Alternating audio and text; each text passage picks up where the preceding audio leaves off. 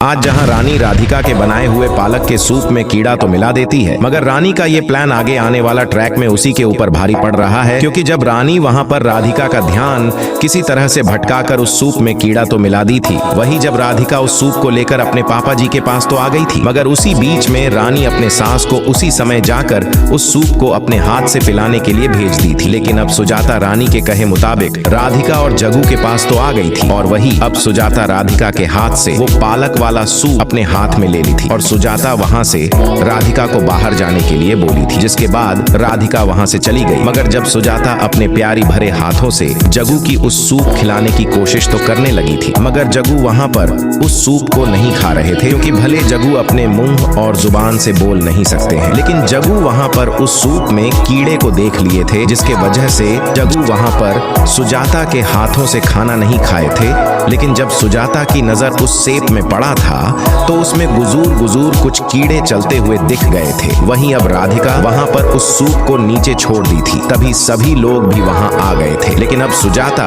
वहां पर राधिका के ऊपर पूरा इल्जाम तो लगाने लगी थी। हालांकि वहां पर दादी भी राधिका के ऊपर कुछ देर के लिए गुस्सा हो गई थी, और अब राधिका सब लोगों को ये तो बता देती है कि जब रानी ने पूजा के लिए चावल लेने गई थी, उसी वक्त पर कुछ ना कुछ गड़बड़ हुई है, जिसके बाद दादी के कहने पर जब कली वो चावल सबके सामने लाकर दिखाती है तो उसमें बहुत सारे कीड़े चल रहे होते हैं। वही अब दिव्यम राधिका को छोड़कर रानी के ऊपर बहुत गुस्सा तो करने लग गए थे, लेकिन सुजाता वहां पर दिव्यम को जैसे तैसे करके रोकने की अपनी पूरी कोशिश करेगी। लेकिन आगे के अपडेट के लिए आप हमारे साथ जुड़े रहिए और देखते रहिए मन अति सुंदर का पूरा एपिसोड